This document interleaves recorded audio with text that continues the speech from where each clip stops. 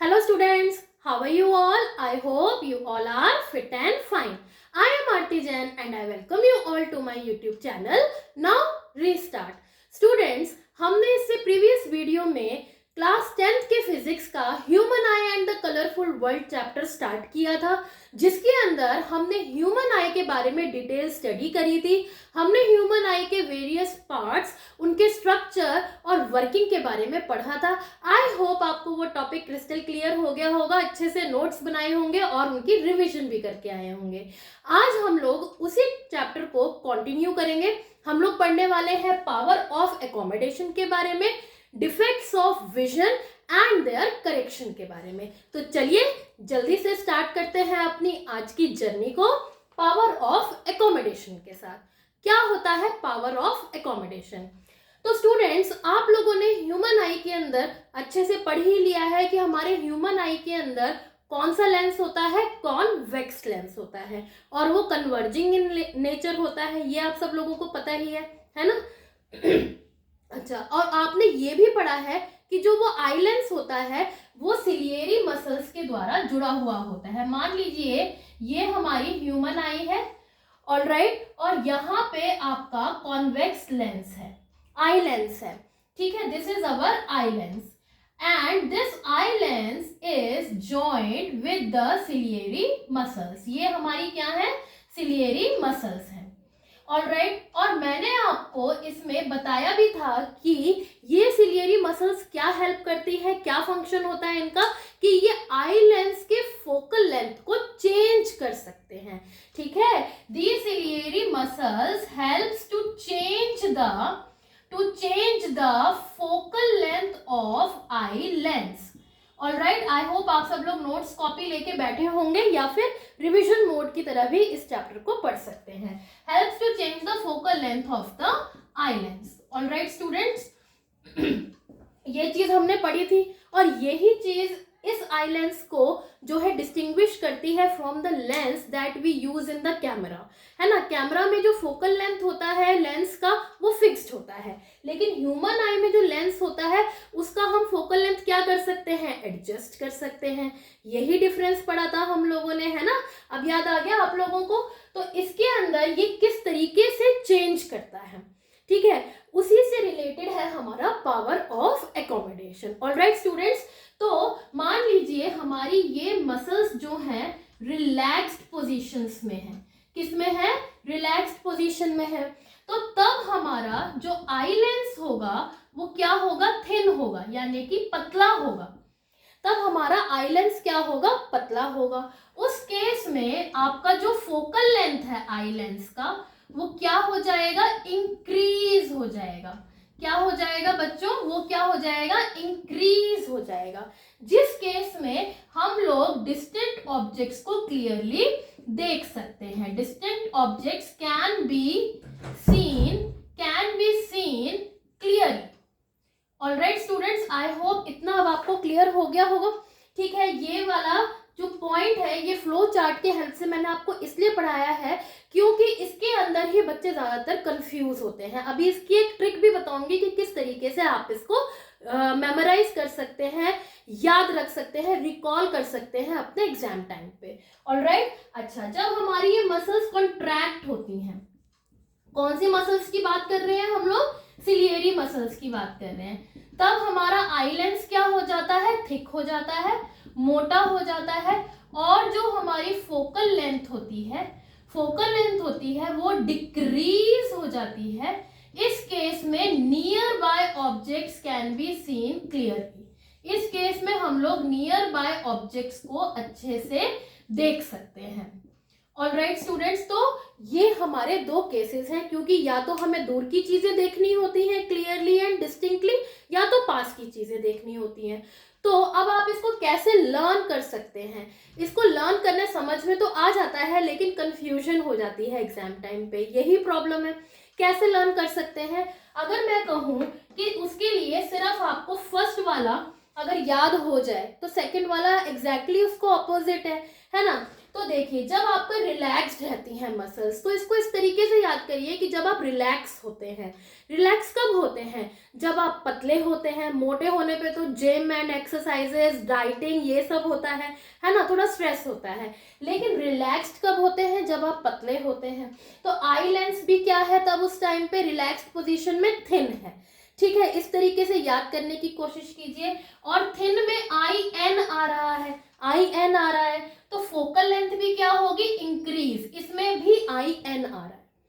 ठीक है, इस चीज से अब आप याद रख सकते हैं, थिन और यहाँ पे फोकल लेंथ इंक्रीज। और अगर हमारी फोकल लेंथ इंक्रीज हो गई, आई लेंस की फोकल लेंथ इंक्रीज हो गई, तो तब तो ये दूर की ऑब्जेक्ट्स भी देख सकता है आराम से। मानते हैं ना?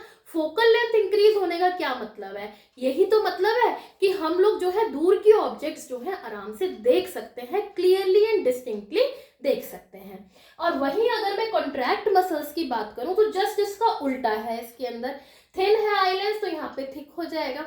यहाँ इंक्रीज है तो यहाँ डिक्रीज हो जाएगा, क्योंकि इंक्रीज में तो आई एन है, वो तो थिन लेंस के साथ जाएगा, है ना। और क्योंकि फोकल लेंथ डिक्रीज हो गई, तब हम क्या कर सकते हैं? नियर बाय ऑब्जेक्ट्स को क्लियरली देख सकते हैं। आई होप ये दोनों ही पॉइंट्स आपको अच्छे से क्लियर हो गए होंगे, और अब आप इनकी स्टेटमेंट्स भी अच्छे से बना सकते हैं एग्जाम में। ठीक है बच्चों, कंफ्यूजन वाली कोई बात नहीं है, सिंपल सी बात है। बस थोड़ा सा आप अपने फोकल लेंथ को देखिए, फोकस बढ़ाइए अपने पढ़ाई का। ठीक है बच्चों, तो ये चीज समझ में आ गई। अब हम आगे बढ़ते हैं कि ये जो फोकल लेंथ इंक्रीज और डिक्रीज हो रही है, जो कि सिलियरी मसल्स की वजह से एडजस्ट कर पा रहे हैं हम लोग, है ना, हमारी जो आई लेंस है उसको एडजस्ट कर पा रही है, इसे हम कहते हैं पावर ऑफ एकोमोडेशन। क्या कहते हैं बच्चों? Power of accommodation. तो पावर ऑफ एकोमोडेशन की अगर मैं डेफिनेशन लिखूं तो क्या होगी? The ability of the eye lens, the ability of the eye lens to adjust its focal length, is called power of accommodation, I hope ये चीज अब आपको क्लियर हो गई कि आई लेंस की जो एबिलिटी है, जिसकी वजह से वो अपनी फोकल लेंथ को एडजस्ट कर सकती है, घटा सकती है, बढ़ा सकती है, उसी को हम लोग कहते हैं power of accommodation. Alright students, अब इसकी भी एक लिमिट होती है। ये नहीं है कि भाई कितना भी फोकल लेंथ डिक्रीज कर सकते हैं हम लोग, नहीं। हम लोग जो है ऑब्जेक्ट्स को क्लियरली कुछ डिस्टेंस तक ही देख सकते हैं। तो चलिए आइए पढ़ते हैं उसके बारे में। क्या होता है कि जब हमारी ऑब्जेक्ट्स ह्यूमन आई के सामने 25 सेंटीमीटर्स की दूरी पे है, मान लो ये एक ऑब्जेक्ट है, मेरी आंखों के सामने ये 25 सेंटीमीटर्स की दूरी पे है, तब मुझे इसे देखने में कोई प्रॉब्लम नहीं हो रही। मैं इस ऑब्जेक्ट को डिस्टिंक्टली इसके हर पार्ट को देख सकती हूँ, बिना कोई दबाव के, बिना कोई स्ट्रेन लिए। अपनी आंखों पे, अपने आईज की नर्व्स पे कोई मेरे स्ट्रेन नहीं पड़ रहा। उस विजन को, उस पॉइंट को हम लोग कहते हैं नियर पॉइंट ऑफ द आई, जो कि है 25 सेंटीमीटर्स। ऑलराइट स्टूडेंट्स, और फार पॉइंट क्या है हमारे ह्यूमन आई का? कितना दूर तक हम देख सकते हैं? तो नॉर्मल ह्यूमन आई का फार पॉइंट होता है बच्चों infinity. Alright, so if we are going to write about normal human eye, for normal human eye, normal मतलब उसमें अभी कोई डिफेक्ट नहीं है। Alright, for normal human eye, near point कितना है आपका? नियर पॉइंट होता है 25 सेंटीमीटर्स, और फार पॉइंट होता है infinity. Far point is infinity. Alright students, अगर आप 25 सेंटीमीटर से पास रखेंगे ऑब्जेक्ट को, तो आप कहेंगे मैम हमें तो दिख रहा है। हाँ, दिखाई देगा, लेकिन आपके नर्व्स पे स्ट्रेन पड़ेगा। ये चीज आपको ध्यान रखनी है कि बिना किसी स्ट्रेन के आपको ऑब्जेक्ट दिखाई देना चाहिए। ऑलराइट, तो इस पॉइंट को हम लोग कहते हैं नियर पॉइंट, और इस विजन को हम लोग कहते हैं least distance of distinct vision. Alright students, तो इसकी भी डेफिनेशन आ सकती है एग्जाम में। Least distance of distinct vision क्या होता है, least distance of distinct vision क्या होता है, द मिनिमम डिस्टेंस, वो कम से कम distance, the minimum distance at which we can see, at which we can see the objects clearly, the objects clearly या distinctly भी कह सकते हैं, और distinctly without any strain, बिना किसी strain के, without any strain is called least distance of distinct vision, of distinct vision. I hope ये अब आपको क्लियर हो गया होगा कि least distance of distinct vision क्या होता है। Alright, near point, far point आपको क्लियर हो गए अच्छे से, ठीक है। अब हम आगे बढ़ते हैं कि कई बारी हमारे जो विजन होती है उनके अंदर डिफेक्ट्स आ जाते हैं, जैसे कि कई बच्चों को पास की चीज़ें या दूर की चीज़ें देखने में प्रॉब्लम होती है ना। अगर हम देखते हैं हमारे घर में ग्रैंड पेरेंट्स होते हैं तो उनको क्या होता है, ग्रैंड पेरेंट्स को हमारे पास की चीज़ों को देखने में प्रॉब्लम होती है। अगर आप देखेंगे आपके जो फ्रेंड्स हैं, जो आपके क्लासमेट्स हैं, तो कई बच्चों को क्या होता है, ब्लैक बोर्ड को अगर देखने के लिए बहुत प्रॉब्लम होती है अगर हम उनको दूर की डेस्क पे बिठा देते हैं, ठीक है। तो वो दूर वाली बेंच से जो है ब्लैक बोर्ड नहीं देख पाते हैं, उनको हमें आगे वाली बेंच पे बिठाना होता है, या फिर उनको स्पेक्टिकल्स लगाते हैं। तो जो स्पेक्टिकल्स हैं उनके अंदर क्या लगे हुए हैं, लेंसेज लगे हुए हैं, स्फेरिकल लेंसेज लगे हुए हैं। Either they are using the concave lens और they are using the convex lens. लेकिन जिनको पास की चीजें नहीं दिखाई देती उनके लिए होते हैं कॉन्वेक्स लेंस, और जिनको दूर की चीजें नहीं दिखाई देती उनके लिए होते हैं कॉनकेव लेंस। उनके बारे में हम लोग अब डिटेल में पढ़ेंगे, ठीक है बच्चों। तो right down the heading defects of vision, defects of vision. Our next topic is defects of vision. कितने टाइप के डिफेक्ट्स होते हैं, मेनली ये हमारे 3 टाइप्स के होते हैं। पहला होता है हमारा myopia, second one is hypermetropia, and the third one is presbyopia. Alright students, तो मायोपिया, हाइपरमेट्रोपिया, प्रेसबायोपिया ये हमारे डिफेक्ट्स है विजन के, ठीक है। ये किस कारण से हुए, पहली चीज तो ये है कि समटाइम्स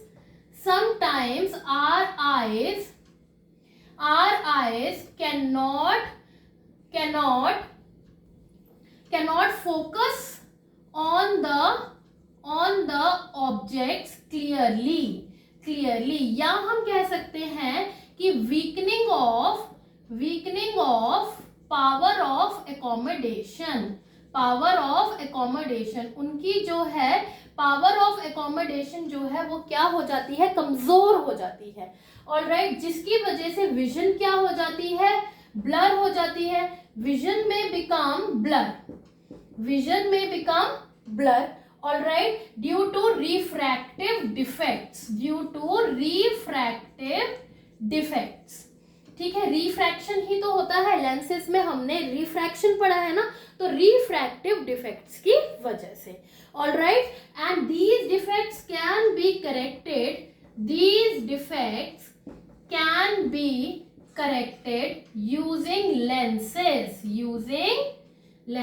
लेंसेज का इस्तेमाल करके इन डिफेक्ट्स का करेक्ट होना जो है वो पॉसिबल है, ठीक है बच्चों। तो चलिए जल्दी से एक एक करके पढ़ते हैं हम लोग मायोपिया, हाइपरमेट्रोपिया और रेस्ट बायोपिया के बारे में। Alright, so right down the heading myopia क्या होता है। अगर हम मायोपिया के बारे में बात करें, मायोपिया क्या होता है, मायोपिया को हम लोग कहते हैं नियर साइटेडनेस। ऑलराइट, तो नियर साइटेडनेस का मतलब कि उन्हें जो है पास की चीजें तो ठीक ठाक दिखाई दे रही हैं, लेकिन दूर की चीजें देखने में उन्हें प्रॉब्लम हो रही है। तो उस पर्सन को हम कह सकते हैं कि they are suffering from a defect known as myopia. Alright students, तो राइट डाउन द डेफिनेशन कि a person who who can see, क्या देख सकता है वो, nearby objects clearly, nearby objects clearly, clearly, but can't see distant objects, दूर की objects नहीं देख सकता, distant objects distinctly is said to have myopic eyes, alright students, तो ये चीज अब आपको क्लियर हो गई। अगर हम इसमें इसका कॉज देखें कि इसका क्या है कॉज, इसके कॉज क्या क्या है, तो इसका कॉज ये है, सबसे पहले तो excessive curvature of lens, and the second one is elongation of eyeball। क्या मतलब हुआ मैम इसका मतलब ये हुआ कि हमें पास की चीजें दिखाई दे रही हैं, दूर की चीजें नहीं दिखाई दे रही हैं, दूर की चीजें नहीं दिखाई दे रही, मतलब फोकल लेंथ जो इंक्रीज होना चाहिए था वो इतना इंक्रीज नहीं हो रहा, आई लेंस थिन होता है ना, वो इतना थिन नहीं है, वो थोड़ा सा मोटा हो गया है। तो इसका मतलब एक्सेसिव कर्वेचर ऑफ लेंस, यानी कि आई लेंस जो पतला होना चाहिए था डिस्टेंट ऑब्जेक्ट्स के लिए, हमने फर्स्ट पॉइंट पढ़ा था ना अभी स्टार्टिंग ऑफ द वीडियो में, तो वहीं से ही है कि उसमें आई लेंस थिन होना चाहिए था डिस्टेंट ऑब्जेक्ट के लिए, लेकिन वो पतला नहीं रहा, थोड़ा सा मोटा हो गया, तो excessive curvature of the lens पहला कॉज। दूसरा कॉज ये है कि आई बॉल जो है वो क्या हो गई, एलोंगेट हो गई, बढ़ गई, बिकम्स बिग, ऑलराइट। तो इसकी वजह से जो है मायोपिया जैसा डिफेक्ट जो है सफर करना पड़ता है लोगों को। समझ में आ गई बात। अब हम इसको डायग्राम के हेल्प से भी समझते हैं, मान लीजिए कि ये हमारी एक ह्यूमन आई है, ये ऑलराइट, ये इसका थोड़ा सा बल्जिंग पोर्शन है, and this is our convex lens और we can say eye lens, ठीक है, ये कन्वर्जिंग इन नेचर होता है। अब क्या है कि हमारा जो है इन्फिनिटी से जो है लाइट रेज आ रही है, ऑलराइट, इन्फिनिटी से लाइट रेज आ रही हैं, ठीक है, ये बात तो समझ में आ गई मैम, इन्फिनिटी से आ रही है यानी कि फार पॉइंट से आ रही है, लेकिन ये कन्वर्ज तो करता है, लेकिन बिफोर रेटिना, इमेज कहाँ बन जाती है, रेटिना से पहले ही बन जाती है, जिसकी वजह से हमें इमेज जो है ब्लर दिखाई देती है। बात आई समझ में। तो ये जो फिगर है ये है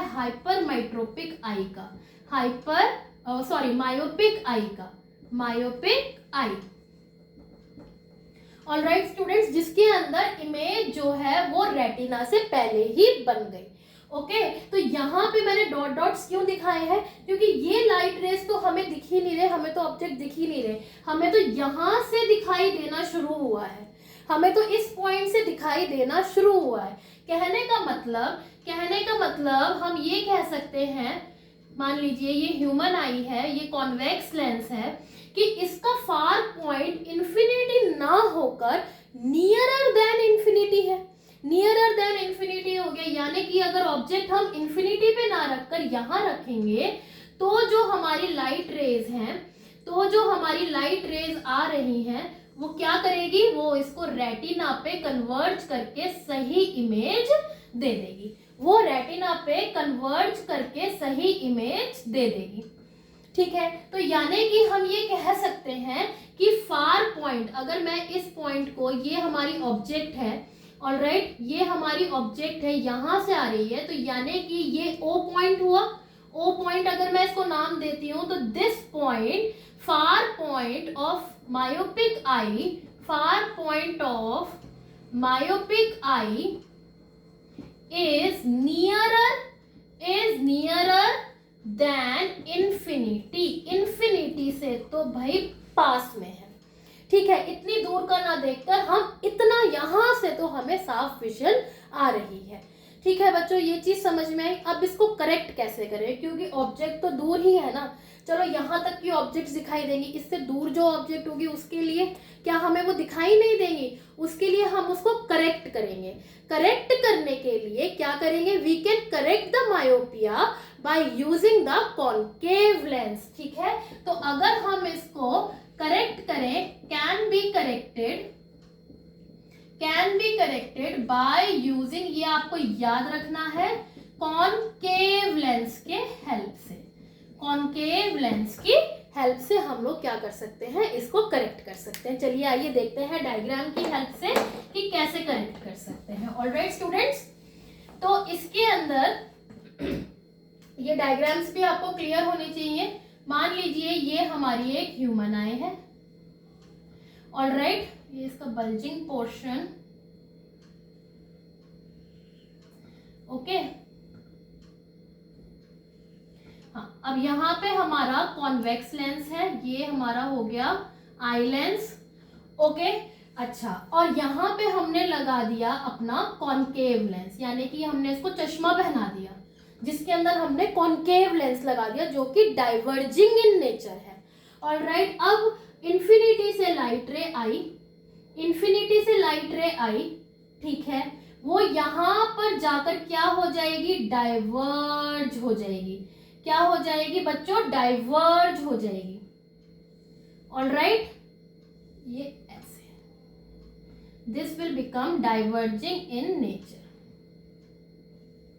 ठीक है। ये डाइवर्ज हो गई, यानी कि ऐसा लगेगा कि ये इन्फिनिटी से ना आकर किसी पास वाले पॉइंट, जो हमारा ओ पॉइंट था मायोपिक आई का, वहां से आ रही है, ठीक है। फिर ये आई लेंस से टकराएंगी और ये क्या करेंगे, रेटिना पे इमेज, क्योंकि आई लेंस तो कन्वर्जिंग इन नेचर होता है, आई लेंस तो क्या होता है, कन्वर्जिंग इन नेचर होता है। तो इस तरीके से रेटिना पे इमेज बन जाएगी, ठीक है। ये हल्का सा डाइवर्जेंस आप यहाँ पे दिखा सकते हैं, ओके। हल्का सा ही दिखाना है, डाइवर्जेंस आप लोग दिखा सकते हैं। और इसके अंदर सिर्फ आपको 2 रेज बनानी है। पहले वाले हमने जो भी डायग्राम्स करते उसमें 3 रेज थी, इसमें 2 रेज की हेल्प से ही काम हो जाएगा। और यहाँ पे क्या है, आपका रेटिना पे इमेज आ जाएगी। So we are using the concave lens in this case, ठीक है। मायोपिया क्लियर हो गया अच्छे से। अब हम आते हैं जल्दी से अपने सेकेंड डिफेक्ट पे, विच इज हाइपरमाइट्रोपिया, ठीक है बच्चों, ओके। जिस बच्चे को मायोपिया अच्छे समझ में आ गया, please give me a thumbs up in my comment section. Alright, now the next is hypermetropia.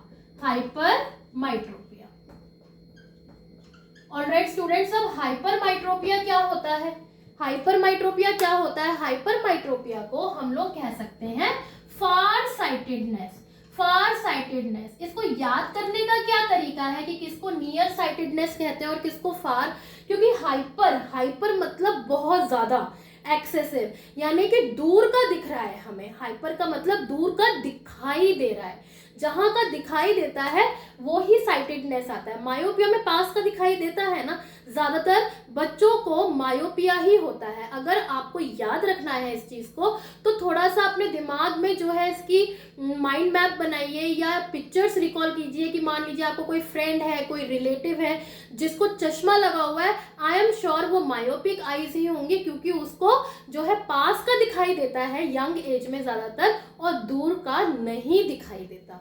Alright students, तो दूर का नहीं दिखाई दे रहा क्योंकि पास का दिख रहा है, तो नियर साइटेडनेस। और हाइपरमाइट्रोपिया के केस में दूर का दिखाई दे रहा है, फार साइटेडनेस है, लेकिन पास का नहीं दिखाई दे रहा। और ये ज्यादातर आपका जो है ओल्ड एज में होती है, ये आपका जो है ज्यादातर ओल्ड एज में, मोस्टली ऑलराइट, मोस्टली ये एजिंग के साथ ही होती है। ऑलराइट स्टूडेंट्स, तो इसमें भी हम इसको क्या लिख सकते हैं, इसकी definition, a person who can C far away objects clearly, far away या फिर distant objects clearly, but can't C near by objects distinctly is said to have hypermetropic eyes. Alright students, ये चीज समझ में आ गई। अब अगर हम इसका कॉज पढ़े, कॉज क्या है, पहला कॉज तो इसका ये है कि कि जैसे उसके अंदर हमने पढ़ा था excessive curvature of the lens, lens मोटा हो जाता है, लेकिन इस केस के अंदर क्या होता है, फोकल लेंथ जो है इंक्रीज हो जाती है, मतलब दूर का दिखाई दे रहा है तो फोकल लेंथ बढ़ गया है इसका मतलब, है ना। तो इसके अंदर हम लोग लिख सकते हैं कि focal length becomes too long, focal length is too long. All right, and the second one is eyeball becomes too small. too small, हमारी जो आई बॉल है वो क्या हो जाती है, छोटी हो जाती है, जिसकी वजह से हाइपरमाइट्रोपिया होता है, हमें पास की चीजें दिखाई नहीं देती। ऑल राइट स्टूडेंट्स, ठीक है, तो अब हम इसके अंदर इसको भी डायग्राम की हेल्प से पढ़ते हैं। मान लीजिए ये हमारा एक ह्यूमन आई है, ओके, ये हमारी क्या है, एक ह्यूमन आई है, और ये इसका आई लेंस है, ये इसका आई लेंस है। यहाँ पे हमने एक ऑब्जेक्ट रखी नियर पॉइंट, जो कि हमारा है 25 सेंटीमीटर्स का, नियर पॉइंट पे रखा। तो क्या हुआ, इससे लाइट रेज गई, इससे लाइट रेज गई, ओके। अब क्योंकि ये कन्वर्जिंग है तो ये कन्वर्ज करेगा, लेकिन अरे ये क्या हो गया, ये तो रेटिना के पीछे इमेज बना रहा है, ये तो रेटिना के पीछे बना रहा है, जबकि मायोपिया में रेटिना से आगे बना रहा था। तो अगर ये पीछे बना रहा है तो इसका मतलब ब्लर दिखाई देगी, इमेज धुंधला दिखाई देगा हमें, ठीक है। यानी कि हमारा जो नियर पॉइंट है वो ये नहीं है, वो क्या हो गया, दूर हो गया, है ना। नियर पॉइंट हमारा क्या हो गया, दूर हो गया हमारे नॉर्मल आई से। ऑल राइट स्टूडेंट्स, तो उसके लिए भी हम डायग्राम बना सकते हैं। अब इफ आई रब दिस,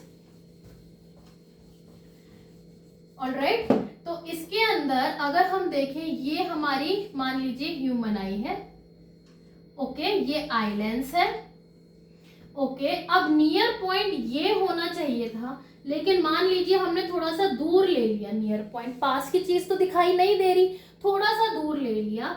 तो अब अगर यहां से लाइट रेज आ रही हैं, यहां से लाइट रेज आ रही है, तो परफेक्ट इमेज रेटिना पे बन रही है, परफेक्ट इमेज रेटिना पे बन रही है। तो ये कौन सी आई हुई, हमारी हाइपरमाइट्रोपिक आई हुई, जिसके अंदर जो नियर पॉइंट था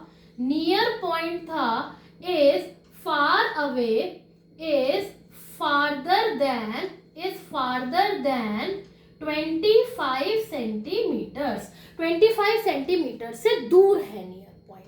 ऑल राइट, उसके अंदर हमारा far point is nearer than infinity था, इसके अंदर near point is farther than the 25 centimetres है। आई होप ये चीज आपको क्लियर हो गई। आप इसको करेक्ट कैसे करेंगे मैम, क्योंकि हमें तो ऑब्जेक्ट यहाँ नहीं यहाँ भी है, यहाँ तक की ऑब्जेक्ट्स तो दिखाई दे रही हैं, लेकिन जो हम इस एंड पॉइंट पे रखेंगे उस ऑब्जेक्ट को देखने के लिए क्या करेंगे, उसके लिए हम लोग यूज करेंगे कॉन्वेक्स लेंस का, यानी कि वो चश्मा लगाएंगे जिसके अंदर कॉन्वेक्स लेंस होंगे। तो चलिए देखते हैं कैसे होती है इसकी करेक्शन। ऑलराइट, सो हाइपरमाइट्रोपिया और फार sightedness can be corrected by using convex lens, convex lens. All right, कैसे मान लीजिए ये एक ह्यूमन आई है, ओके, तो यहाँ पे हमारा आई लेंस है, इसके आगे हम एक कॉन्वेक्स लेंस का चश्मा लगा देते हैं, ओके। अब हमारा नियर पॉइंट जो है ये है, बट नियर पॉइंट ये जहां हमारा 25 सेंटीमीटर्स का है। ऑल राइट, यहां से image I, sorry light rays I, okay, light rays आई, और ये क्या करेंगी, कन्वर्ज करेंगी, ये क्या करेंगी, कन्वर्ज करेंगी, ओके, ये हो गई हमारी कन्वर्जिंग, ओके, यहां से। अब ये ऐसे अपीयर करेंगी कि जैसे कि ये आ रही हैं आपकी इस वाले पॉइंट से, यहां से, जो कि हाइपरमाइट्रोपिक का क्या है, नियर पॉइंट है, जो कि हाइपरमाइट्रोपिक का नियर पॉइंट है, नियर पॉइंट ऑफ हाइपरमाइट्रोपिक आईज, वहां से अपीयर होंगी। ऑल राइट, ऑब्जेक्ट एक्चुअली में हमारी यही है, यहाँ की ऑब्जेक्ट हमें देखनी है, हमने चश्मा पहन लिया और हमारा जो है कन्वर्जेंस हुई, तो ये ऐसे अपीयर करेगी जैसे मान लो ये यहाँ से लाइट रेज आ रही हैं, जिसकी वजह से ये फर्दर कन्वर्जेंस होगी, जिसकी वजह से रेटिना पे इमेज बन जाएगी, जिसकी वजह से रेटिना पे इमेज बन जाएगी। ऑलराइट, ये बन गई। So this is the correction of the hypermetropic eye. I hope myopic eye और hypermetropic eyes आपको क्लियर हो गई होंगी। मायोपिया में आपको पास का नहीं दिखाई देता, पास का दिखाई देता है, दूर का नहीं दिखाई देता, और हाइपरमाइट्रोपिया में आपको दूर का दिखाई देता है और पास का नहीं दिखाई देता। मायोपिक आई को करेक्ट करने के लिए आपको कॉनकेव लेंस यूज करना है, और हाइपर में आपको यूज करना है, हाइपरमाइट्रोपिक आइज में आपको यूज करना है कॉन्वेक्स लेंस। उसके अंदर जो कॉज था वो एक्सेसिव, दोनों ई वाले कॉज हैं, ऐसे याद रख सकते हैं। ई वाले मतलब excessive curvature of the lens and the elongation of the eye ball, है ना, यही पढ़ा था। और हाइपरमाइट्रोपिक में क्या है आपका कॉज, क्या था आपका, एक तो फोकल लेंथ बहुत बड़ी हो गई और आई बॉल क्या हो गया, छोटा हो गया, बस इतनी सी बात है। ठीक है बच्चों, अब हम आते हैं अपने लास्ट डिफेक्ट ऑफ विजन पे, विच इज रेस बायोपिया, अब रेस बायोपिया क्या होता है? रेस बायोपिया क्या होता है बच्चों? कई बारी क्या होता है कि किसी पर्सन को जो है ना तो दूर का दिखाई देता है क्लियरली और ना ही पास का दिखाई देता है, उसको दोनों ही प्रॉब्लम्स होती हैं, मायोपिया भी और हाइपरमाइट्रोपिया भी। इस केस में वो लोग यूज कर सकते हैं बायफोकल लेंसेज को। किसको यूज कर सकते हैं बच्चों? बायफोकल लेंसेज को। ओके, तो बायफोकल लेंसेज को कैसे यूज कर सकते हैं कि उसके अंदर ऊपर वाला, मान लीजिए ये एक लेंस है जिसके अंदर ऊपर वाला जो पोर्शन है वो होगा आपका कॉनकेव और नीचे वाला पोर्शन होगा कॉन्वेक्स। इसकी वजह से वो डिस्टेंट ऑब्जेक्ट्स को क्लियरली देख पाएंगे और इसकी वजह से वो नियर बाय ऑब्जेक्ट्स को क्लियरली देख पाएंगे। ऑलराइट स्टूडेंट्स, आई होप ये आपको क्लियर हो गया, सिंपल था। अब हम आगे बढ़ते हैं। हमारा जो एक और डिफेक्ट आता है कैटरैक्ट, ठीक है, ये एजिंग की वजह से होता है। एजिंग की वजह से कैसे कि सिलियरी मसल्स जो है वो वीकन हो जाती हैं, आई लेंस की फ्लेक्सिबिलिटी जो है वो कम हो जाती है। ऑलराइट, तो वो होता है आपका प्रेस बायोपिया में। लेकिन कैटरैक्ट के अंदर जो है आपका आई लेंस जो है वो क्लाउडी और मिल्कीनेस हो जाता है। ऑलराइट, क्लाउडी और मिल्कीनेस होने की वजह से कई बारी तो विजन का पार्शियल लॉस होता है, यानी कि धुंधला धुंधला दिखाई देता है, कुछ कुछ दिखाई देता है, कुछ कुछ नहीं दिखाई देता। लेकिन और कई बारी ऐसा होता है कंप्लीट लॉस ऑफ विजन भी हो जाता है कैटरैक्ट में, लेकिन उसका भी इलाज है। We can restore their vision by using the cataract surgery. Okay students, तो रेस बायोपिया में हम लोग क्या लिख सकते हैं? ये बायफोकल लेंसेज वाला तो अलग चीज है। रेस बायोपिया में हम लोग लिख सकते हैं this defect arises due to gradual weakening. क्या चीज कमजोर हो रही है? Ciliary muscles. Due to gradual weakening of ciliary muscles, alright, gradual weakening of ciliary muscles and diminishing flexibility of eye lens। Eye lens की फ्लेक्सिबिलिटी कम हो जाने की वजह से, और वो भी किसकी वजह से? ड्यू टू एजिंग, यानी कि जब हम थोड़ा थोड़ा जो है उम्र में बढ़ते जाते हैं तो हमारी जो है आंखें कमजोर होने लग जाती हैं, मतलब मसल्स कमजोर हो जाती हैं। आई लेंस जो अपना फोकल लेंथ एडजस्ट कर पाता था पूरे जोश शोर के साथ, तो वो जो है वो नहीं कर पाता, उसकी फ्लेक्सिबिलिटी जो है वो डिमिनिश हो जाती है। उस केस में उस डिफेक्ट को हम लोग कहते हैं रेस बायोपिया। ऑलराइट स्टूडेंट्स, तो कई बारी इस केस में हम लोग जो है दोनों ही बोथ मायोपिक और हाइपरमाइट्रोपिया दोनों से सफर करते हैं। ठीक है, दोनों से सफर करते हैं। तो उस केस में अगर ये वाला केस है तो उस केस में हम लोग यूज कर सकते हैं बायफोकल लेंसेज, जिसके बारे में मैंने अभी आपको बताया भी था। ऑलराइट, अब हम आते हैं कैटरैक्ट के बारे में पढ़ते हैं। कैटरैक्ट क्या होता है? ये एक डिफेक्ट नहीं होता, इसे हम कह सकते हैं कि एजिंग की वजह से कई बारी कुछ जो है मिस हैपनिंग सी हो जाती है, आईज के अंदर क्लाउडीनेस आ जाता है, मिल्कीनेस आ जाता है।